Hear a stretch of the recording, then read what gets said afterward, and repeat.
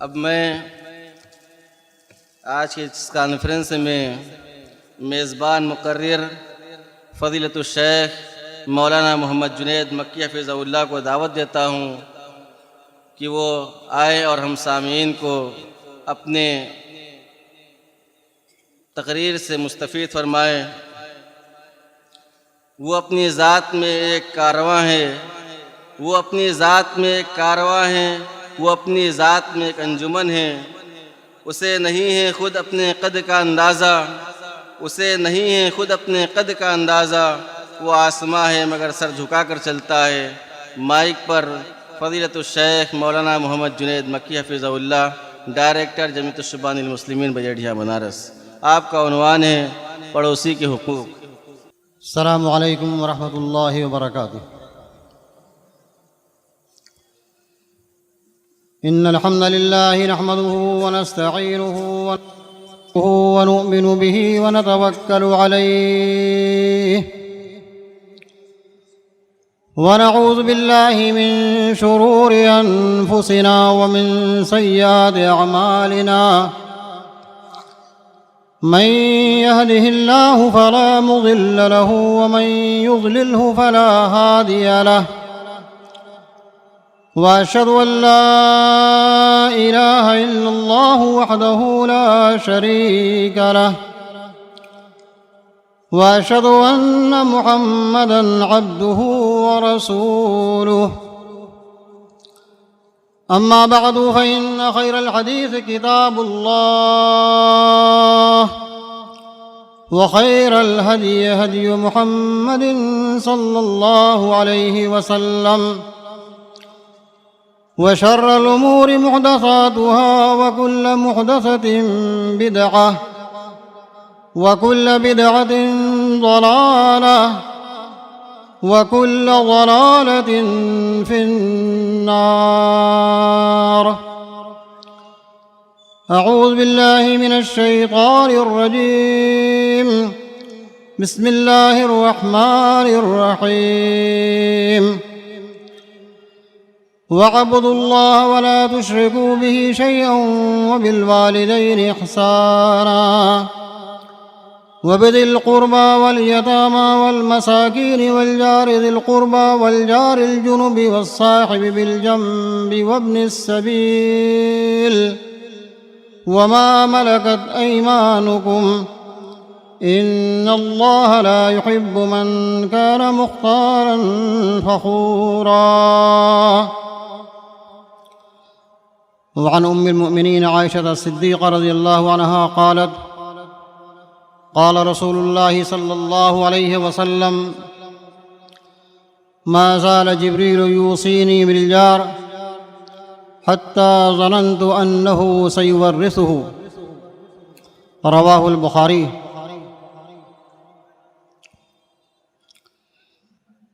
اس عظیم الشان کانفرنس کے صدر عالی مقام مولانا اصغر علی امام مہدی سلفی حفظہ اللہ، امیر مرکزی جمعیت اہل حدیث ہند، اور اسٹیج پر تشریف فرما محترم علماء کرام،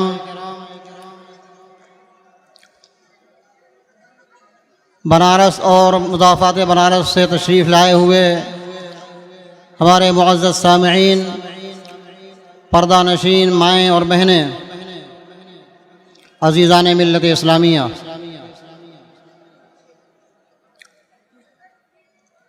اللہ رب العالمین کے شکریہ کے بعد ہم شکر گزار ہیں مرکزی جمعیت اہل حدیث ہند کے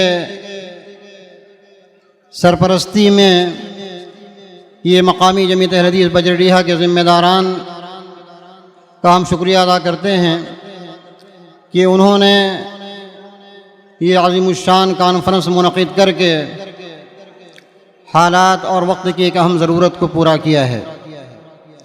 حضرات، آپ بہت دیر سے علماء کرام کی تقاریر سماعت فرما رہے ہیں، اور ابھی ہمیں اپنے ہر دل عزیز خطیب برادر گرامی مولانا محمد جرجیس اٹاوی سراجی حفظہ اللہ کو سننا ہے۔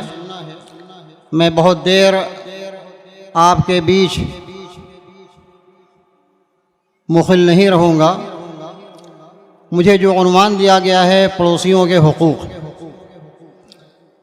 میں نے جو آیت کریمہ آپ کے سامنے پڑھی ہے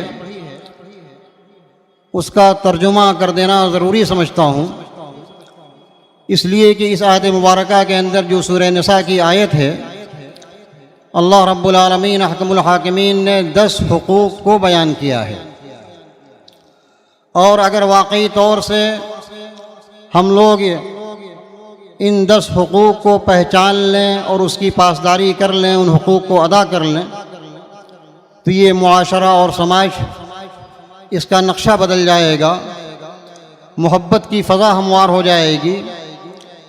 ہم حق طلبی سے زیادہ دوسرے کے حقوق کو پہچاننے اور اس کو پورا کرنے کی کوشش کریں۔ ہمیں دوسروں سے شکایت ہوتی ہے کہ ہمارے حق کو نہیں پہچانا جاتا، ہمارے حقوق کو نہیں پورا کیا جاتا، لیکن ہم کتنا دوسروں کے حقوق کو ادا کرتے ہیں، اس ذمہ داری کو سمجھنے کی ضرورت ہے۔ اللہ رب العالمین حکم الحاکمین نے فرمایا وَاعْبُدُوا اللَّهَ وَلَا تُشْرِكُوا بِهِ شَيْئًا۔ یہ خطاب اللہ رب العالمین نے اہل ایمان سے کیا ہے، ہم جیسے اور آپ جیسے مسلمانوں سے کیا ہے کہ اے لوگو، اللہ رب العالمین کی پرستش کرو، اس کی عبادت کرو اور اس کے ساتھ کسی کو شریک مت کرو۔ پتہ یہ چلا کہ مسلمان نام کا انسان بھی اللہ کے ساتھ شرک کر سکتا ہے، اسی لیے اللہ رب العالمین نے مسلمانوں کو خطاب کر کے کہا۔ اس سے پہلے کی جو آیتیں ہیں وہ یا ایھا الذین آمنوا سے شروع ہوتی ہیں۔ مسلمانوں، ایک اللہ کی پرستش کرو، ایک اللہ کی عبادت کرو اور اس کے ساتھ کسی کو شریک مت کرو۔ وَبِالْوَالِدَيْنِ إِحْسَانًا، اور اپنے والدین کے ساتھ، اپنی ماں کے ساتھ، اپنے باپ کے ساتھ اچھا برتاؤ اور اچھا سلوک کرو۔ میں آیت کا صرف ترجمہ کرنا چاہتا ہوں۔ ہر ایک آدمی غور کرے کہ ہمارا معاملہ، ہمارا تعامل، ہمارا برتاؤ ہمارے والدین کے ساتھ کیسا ہے۔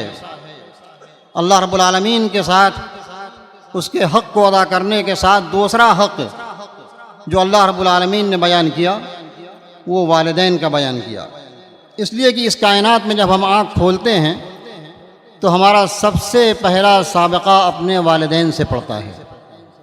اللہ رب العالمین نے کہا وَبِالْوَالِدَيْنِ إِحْسَانًا، اور اس کے ساتھ ساتھ وَبِذِي الْقُرْبَى وَالْيَتَامَى وَالْمَسَاكِينِ۔ میں بہت کم وقت آپ کا لینا چاہتا ہوں، لیکن ان بنیادی باتوں پر آپ سنجیدگی سے غور کیجئے۔ یہ میرا فرمان نہیں ہے، عرش والے کا یہ فرمان ہے۔ والدین کے ساتھ اچھا برتاؤ کرنے کے ساتھ ساتھ آپ کے جو قرابت دار ہیں، جو رشتہ دار ہیں،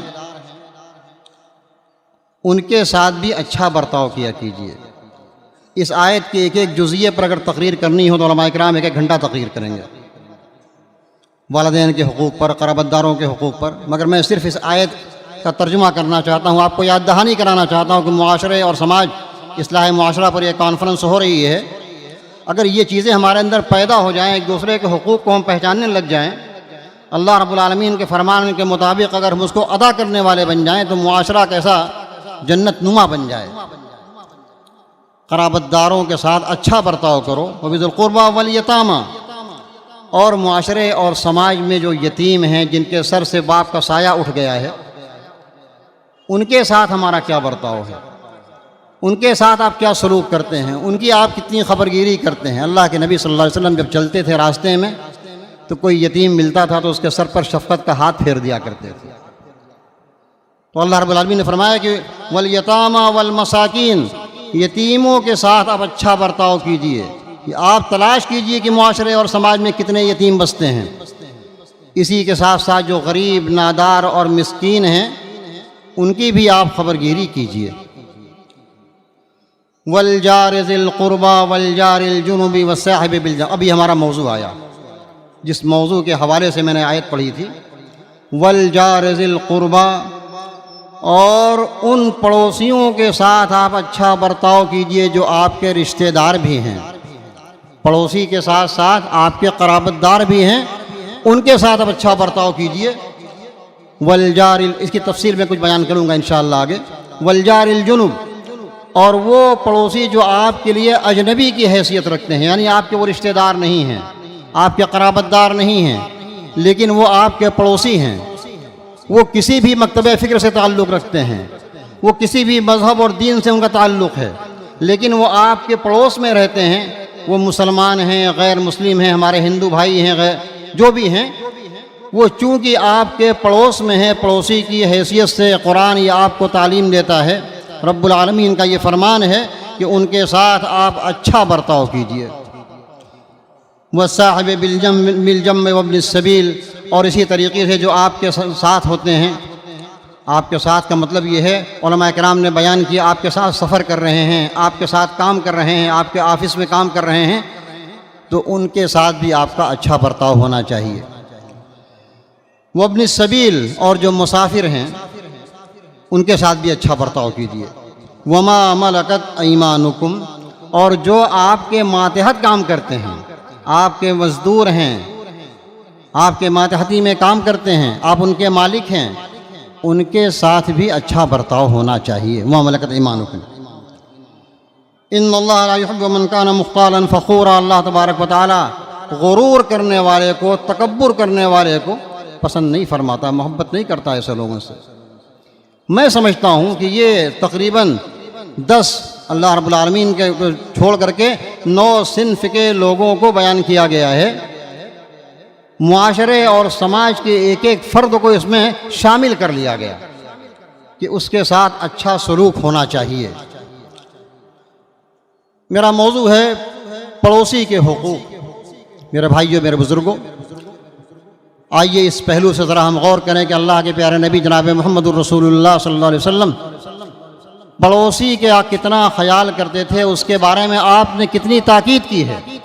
میں نے آپ کے سامنے وہ حدیث پڑھی، اما عائشہ صدیقہ رضی اللہ تعالیٰ عنہ بیان فرماتی ہیں کہ پیارے نبی علیہ الصلوۃ والسلام نے فرمایا کہ ما زال جبریل یوصینی بالجار حتی ظننت انہ سیورثہ.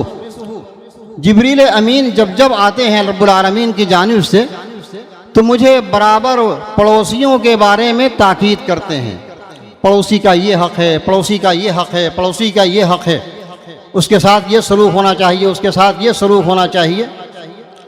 حتی ظننت انہ سیورثہ، مجھے گمان ہونے لگا کہ ایسا نہ ہو کہ کسی دن جبریل آئیں اور یہ کہہ دیں کہ ایک پڑوسی کا ایک پڑوسی کے میراث میں بھی حق ہے. اتنی زیادہ آپ تاکید کیا کرتے تھے. اللہ کے پیارے نبی جناب محمد رسول اللہ صلی اللہ علیہ وسلم ارشاد فرماتے ہیں واللہ لا یؤمن، واللہ لا یؤمن، واللہ لا یؤمن. میرے بھائیوں، میرے عزیزوں، میرے بزرگوں، آپ پڑوسیوں کے کوئی حقوق کو پہچانیے. اللہ کے نبی صلی اللہ علیہ وسلم نے یہاں پر کوئی تفریق نہیں کی کہ آپ کا پڑوسی کون ہے، وہ مسلمان ہے، غیر مسلم ہے، کسی دوسرے مسلک کا ماننے والا ہے، دوسرے فرقے کا سے تعلق رکھتا ہے، اس کی کوئی تفریق نہیں. پڑوسی میں سب شامل ہیں. آپ نے کہا اللہ کی قسم وہ شخص مومن نہیں ہو سکتا. ہم سب ایمان کے دعوے دار ہیں، اپنے ایمان کا جائزہ لیں، اپنے ایمان کو ٹٹولیں ہم لوگ کہ ہمارے تعلقات ہمارے پڑوسیوں کے ساتھ کیسے ہیں. واللہ لا یؤمن، 3 مرتبہ آپ نے کہا کہ واللہ لا یؤمن، قسم اللہ کی وہ شخص مومن نہیں ہو سکتا، قسم اللہ کی وہ شخص مسلمان نہیں ہو سکتا، قسم اللہ کی اس کا ایمان درست نہیں ہو سکتا. صحابہ کرام پریشان ہو گئے، اللہ کے نبی وہ کون سا بد نصیب انسان ہے اس کے بارے میں آپ اس طرح کی بات کر رہے ہیں.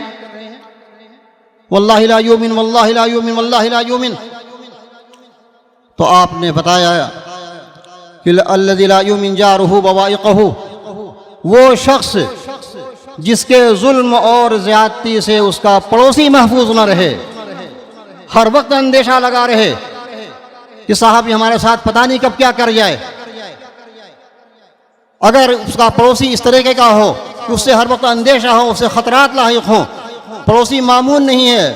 پڑوسی کو تو مطمئن ہونا چاہیے کہ ہمارا پڑوسی موجود ہے، ہم گھر پر ہیں نہیں، ہمارا پڑوسی موجود ہے، اس کو اتنا اطمینان ہونا چاہیے. لیکن اگر اندیشہ لاحق ہے، اس کے ظلم و زیادتی سے پڑوسی محفوظ نہیں ہے، تو آپ صلی اللہ علیہ وسلم بیان فرماتے ہیں، اللہ کے حبیب صلی اللہ علیہ وسلم فرماتے ہیں کہ اللہ کی قسم یہ شخص مومن نہیں ہے. وہ پڑوسی آپ کا کوئی بھی ہو، لیکن پڑوس ہونے کے ناطے آپ کے بارے میں اس کو اتنا اطمینان ہونا چاہیے. مجھے ایک حدیث یاد آئی. ایک مرتبہ اللہ کے پیارے نبی جناب محمد الرسول اللہ صلی اللہ علیہ وسلم صحابہ کرام کے بیچ میں بیٹھے ہوئے ہیں. آپ نے پوچھا کہ تم لوگ جانتے ہو زنا کیا چیز ہے؟ میں حدیث کے الفاظ نہیں پڑھنا چاہتا، وقت کم ہے. صحابہ نے کہا کہ ہاں ہم لوگ جانتے ہیں. اللہ تبارک و تعالیٰ نے اس کے رسول کو زنا کو حرام کر دیا ہے، اور یہ زنا حرام الی یوم القیامہ، قیامت کے دن تک حرام ہے. میرے عزیزوں، میرے بزرگوں، اس حدیث پر غور کرو. ہم اپنے پڑوس کا جائزہ لیں. ہماری معاشرتی زندگی میں، ہماری سوسائٹی میں بغیر پڑوس کا کوئی شخص نہیں ہے، اور بغیر پڑوس کے معاشرہ بنتا ہی نہیں ہے، بغیر سماج کے معاشرہ بنتا ہی نہیں ہے. گھر والوں کے بعد سب سے پہلا تعلق جو انسان کا ہوتا ہے پڑوسیوں سے ہوتا ہے. تو آپ نے فرمایا سنو، یہ زنا، یہ بدکاری، یہ بلاತ್ಕಾರ اگر کوئی شخص 10 عورتوں سے کرے تو وہ آسان ہے. اگر کوئی شخص اپنے پڑوس کی بیوی سے اگر کوئی شخص بدکاری کرتا ہے، بلاತ್ಕಾರ کرتا ہے، تو 10 بلاತ್ಕಾರ پر یہ بھاری ہوئے. اسی طریقے سے آپ نے فرمایا کہ میرے صحابہ تم بتاؤ جانتے ہو چوری کس کو کہا جاتا ہے؟ چوری کے بارے میں اسلام کیا کہتا ہے؟ تو صحابہ کرام نے فرمایا کہ چوری حرام ہے. اللہ نے، اللہ کے رسول نے چوری کو حرام قرار دیا ہے، اور قیامت تک چوری حرام ہے. تو پڑوس کا یہ حق بتایا گیا. پڑوس میں آپ کا کوئی مسلم بھائی ہو، غیر مسلم بھائی ہو، ہمارے ہندو بھائی ہیں، لیکن جس طریقے سے ان کی آبرو محفوظ ہے، ان کی آبرو پر ڈاکہ ڈالنا بتایا گیا کہ اگر آپ پڑوسی کے آبرو پر ڈاکہ ڈالتے ہیں تو یہ اتنا بھاری ہے کہ اگر آپ 10